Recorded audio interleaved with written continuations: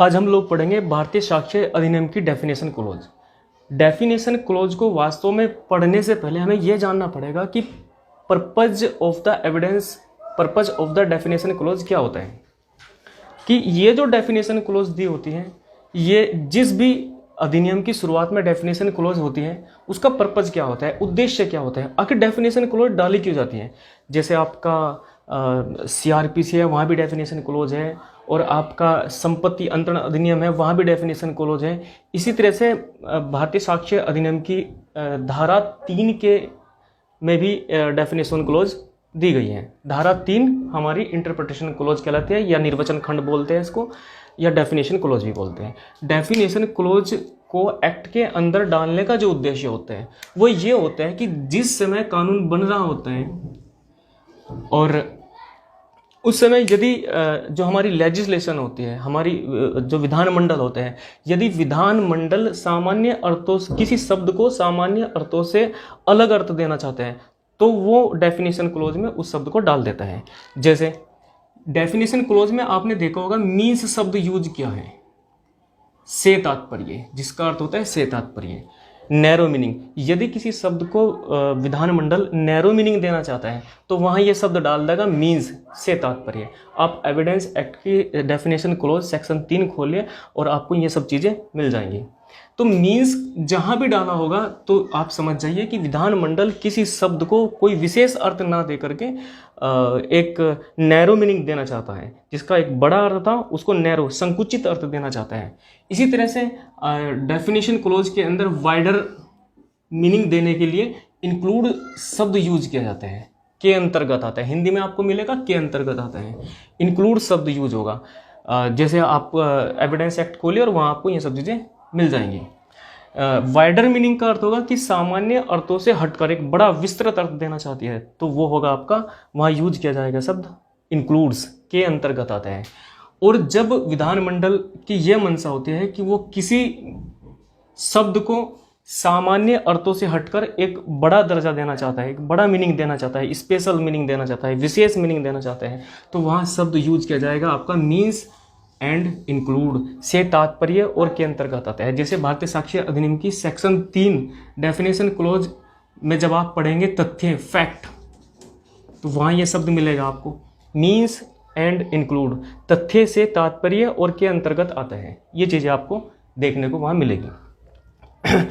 इसके अलावा देखिए डेफिनेशन क्लोज को डालने का पर्पज क्या होता है हमारा।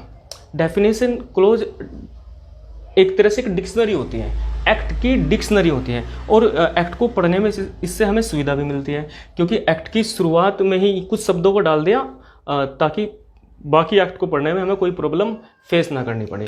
एक मामला आया था यहाँ पर, mayor of Portsmouth versus Smith. इसमें यह कहा गया था कि जिसमें यह कहा गया कि व्याख्या खंड की शुरुआत एक नवीनता है, और जब अधिनियम स्वयं उपयोग किए गए शब्दों के लिए एक शब्दकोश प्रदान करता है।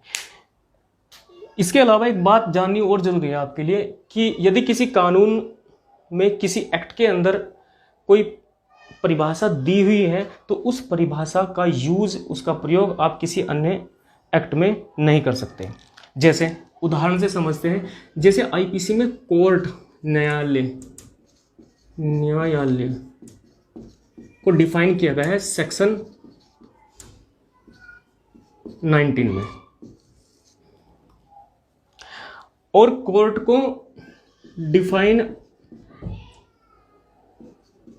एविडेंस एक्ट में भी किया गया है सेक्शन 3 में। जो न्यायालय भारतीय दंड संहिता की धारा 19 में डिफाइन किया गया है, आप उसका अर्थ एविडेंस में नहीं लगाओगे, और जो अर्थ न्यायालय का एविडेंस एक्ट में दिया हुआ है उसका अर्थ आप IPC में नहीं लगाओगे।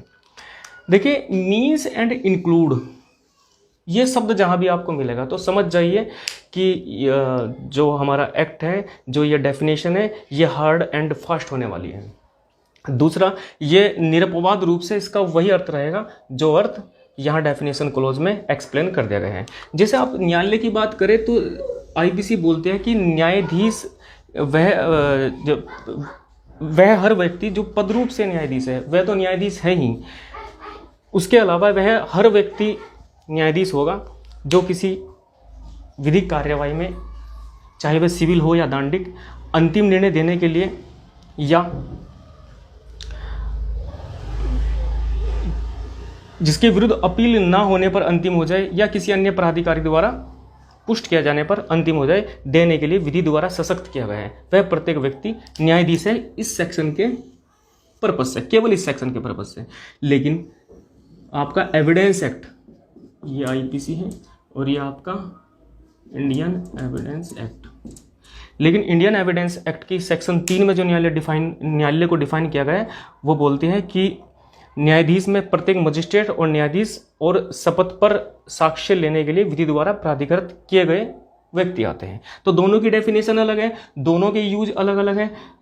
तो आपको यह ध्यान रखना है कि जो डेफिनेशन हमने एक बार पढ़ ली किसी एक्ट के अंतर्गत, जब तक कि कोई अन्य एक्ट इस बात को ना बोलता हो कि आप फला एक्ट से ये डेफिनेशन यूज कर सकते हो, तब तक आप उसका वही अर्थ लगाएंगे जो डेफिनेशन क्लोज में एक्सप्लेन कर देगा। जैसे सीआरपीसी को लें आप, तो वहाँ आपको पता लगेगा सीआरपीसी की सेक्शन 4 बोलते हैं कि जहाँ जो शब्द सीआरपीसी में डिफाइन नहीं किए गए हैं डेफिनेशन क्लोज में सॉरी जो शब्द सीआरपीसी में डिफाइन नहीं किए गए हैं किंतु यूज किए गए हैं, जैसे बेईमानी पूर्वक, डिसऑनेस्टली, बेईमानी से शब्द यूज किया गया है, तो उसका अर्थ आप आईपीसी से ले सकते हैं।